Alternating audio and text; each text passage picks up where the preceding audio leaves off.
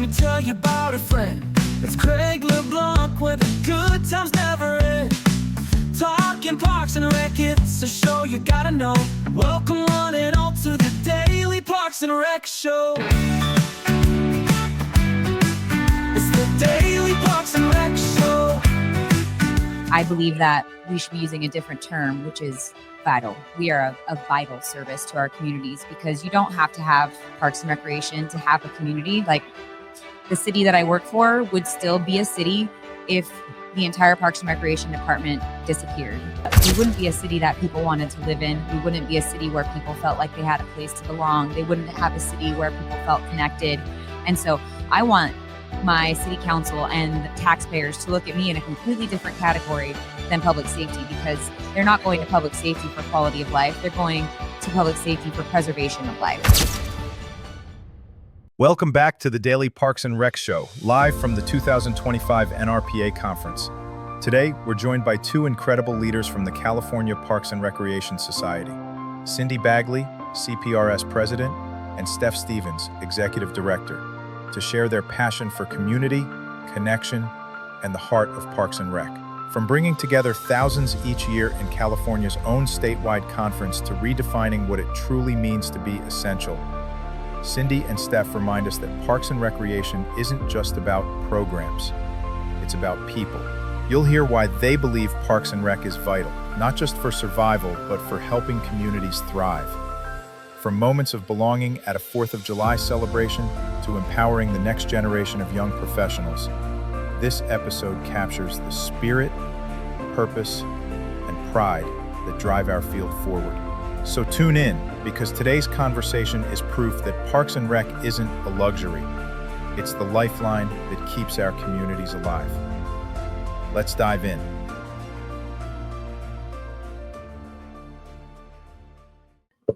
All right, we are live again. This is Craig LeBlanc with the Daily Parks and Rec Show, live from the NRPA 2025 Orlando Convention.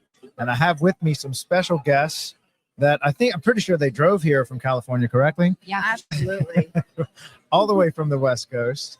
We have the Cindy, who's the incoming, or actually current president of the California Parks and Rec Society, and our executive director there. So how is y'all's convention going so far? it's great. This is my first one, actually. So flew across the country to attend, and it's pretty inspiring to see 8,000 people that have the same mission, vision, and values of bringing quality of life services to our communities all in one place. It's pretty awesome. Yeah. Steph, how are you liking it so far? This is one of my favorite times of the year, absolutely, to get to connect with everybody, my fellow executive directors. And how can you not leave this place inspired by all the great things that these people do? So we love it. Yeah. And so tell us a little how California's doing. I know a lot of times, how many members did y'all bring this year? I want to say there's around 200 people from California total. So yeah, it's a bit of a haul to get on this side of the country, but we love coming just to get inspired. So yeah, I'm so glad to have y'all. And I hear so many great things about the state of California and the association over there. So maybe give people a little bit about what goes on in California when y'all run y'all's annual meeting. Well, I mean, I'll let Steph talk about how the meeting goes. She's really in charge of planning it with her staff. So Steph, why don't you take a start? Really great team. We have about 15 to 1,700 attendees usually. Our exhibit hall may not be as big as NRPA's, but we're getting close to that. And by the time it's all said and done, we bring about 3,000 people together every March in either Sacramento or Long Beach. And you're welcome to come out and join us anytime. Fantastic. Okay, so I have a little short film I would like to play for y'all and get y'all's take on it. Now, we made this as a gift. We've done over 750 live interviews just this year, all across the country for Parks and Recreations. And one of the reoccurring messages we found about, the difficulty of being first on the chopping block when budgets get tight. And so I asked several of our video editors, they're really just like digital artists, and they're so immersed into the content of Parks and Recreation. This is what they do 8 to 10 hours a day. And so I said, we need to make something that these people can defend themselves and kind of reframe the conversation that this is absolutely an essential service and should not be cut. So let me know how we did, maybe what we can do better, and some thoughts about it. Right. When we talk about essential services, What comes to mind? Police, firefighters, healthcare. But there's another essential service, often overlooked, yet always present. Parks and recreation. Parks and Rec is health. It's the walking trail that lowers blood pressure, the recreation center where seniors fight isolation, the swim lessons that prevent tragedy before it happens. This isn't a luxury, it's a lifeline.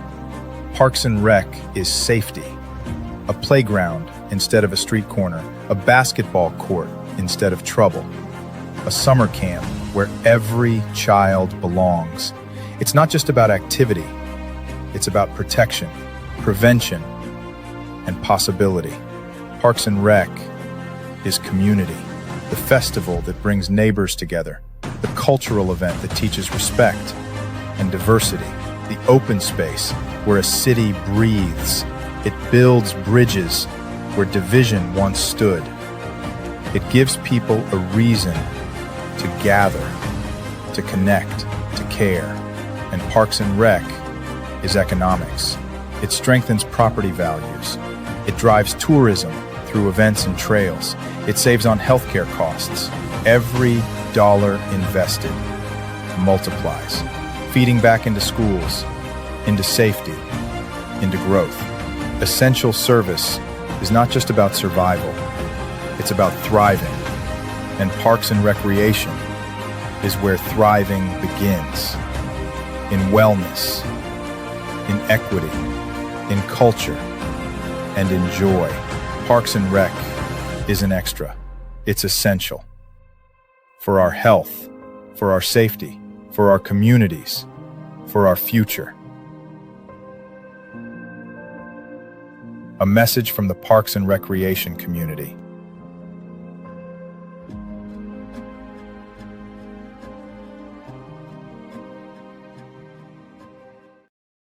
All right. So how do we do? Any feedback on that? Oh, I mean, I love it. It's Right? It's you're preaching to the choir here, though, right? So we're the easy audience. Yeah.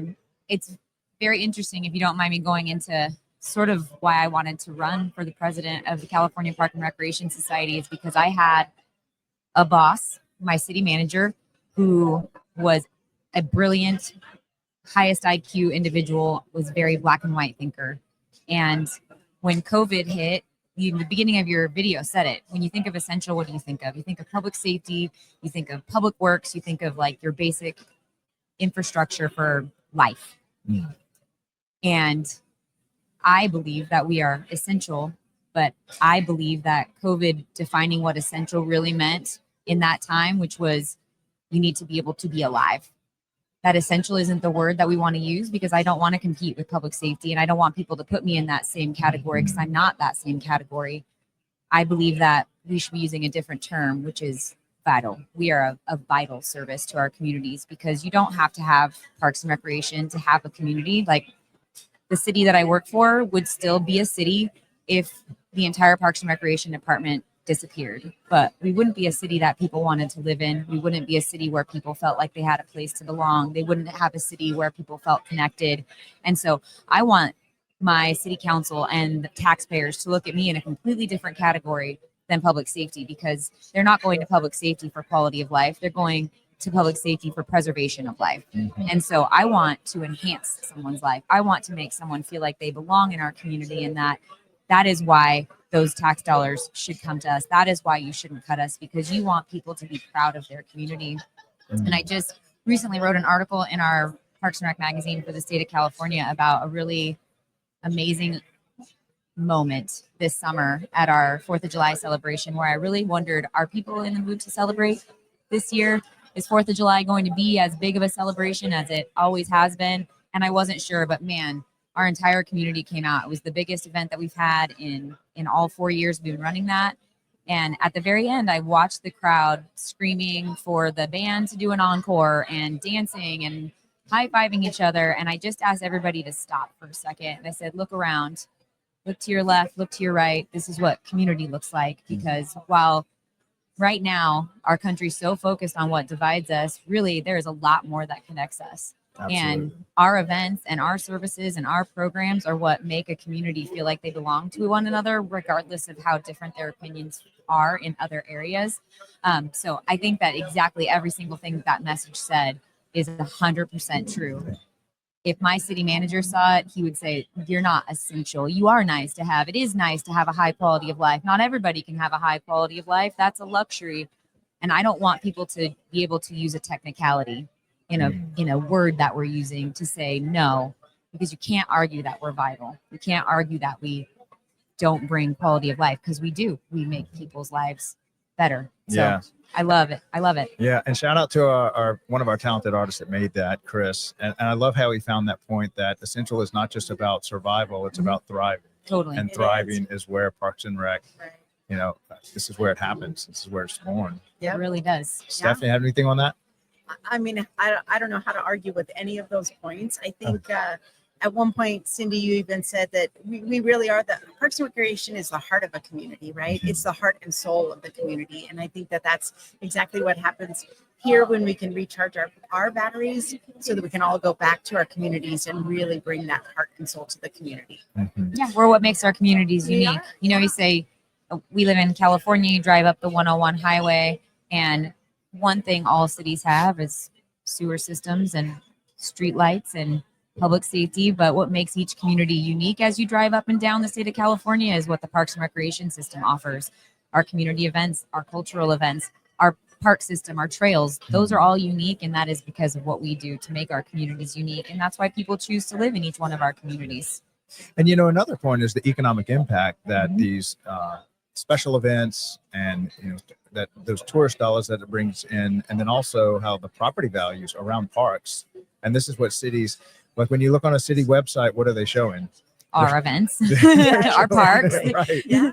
So Think about real estate. How are they Yes. selling their houses? It's how close are you to the local park? that's right. Right? Yes. Yeah. I even look at our city's recruitment materials when we hire a recruiter to come in and hire some economic development, our planning director. The cover of that brochure is our park system and our Right. community events, because that's not only housing values, but it's also why businesses choose to come. They want to know that their employees are going to come work at this space, and they're going to have some place where they can take a break and walk through a park and have their lunch. So Yeah. And really the other essential services are more the reactive side, where I believe that Parks and Rec is the proactive side, where if we invest and have a healthy community, then those departments don't need such massive funding dealing with what happens when you have an unhealthy community. Yeah. 100%. Exactly. Absolutely. Yes. Yeah. I was chatting with a gentleman yesterday who is now Parks, Recreation, and Emergency Services Director, and how those two departments have really come together again because we're taking care of our community, right? And whether it's through a tragedy or through everyday programs and services, and it all just fits so nicely together. So if you have some time, I'd like each of you to kind of touch on your why. Why have you chosen to dedicate your life to Parks and Recreation? What was attractive to you about this career? I started out in the field working with older adults, and have just always found that servant leadership is important to me. Being a bright spot in somebody's day, perhaps even at the end of their life, working in nursing homes, worked in Parks and Recreation for a long time, then found the Estate Association. And now I have that opportunity to be a part of everybody's life. I don't get to provide those direct services, but I get to help folks like Cindy be the best that they can be to provide these beautiful services to Parks and Recreation. So that's just always fed my soul. Yeah. Fantastic. So it's the people. Yeah. Cindy? I was born and raised in the sports world. So I was a young athlete and a What college sports athlete. did you play? In high school, I played a little bit of all of them, but I really thought I had a career in basketball.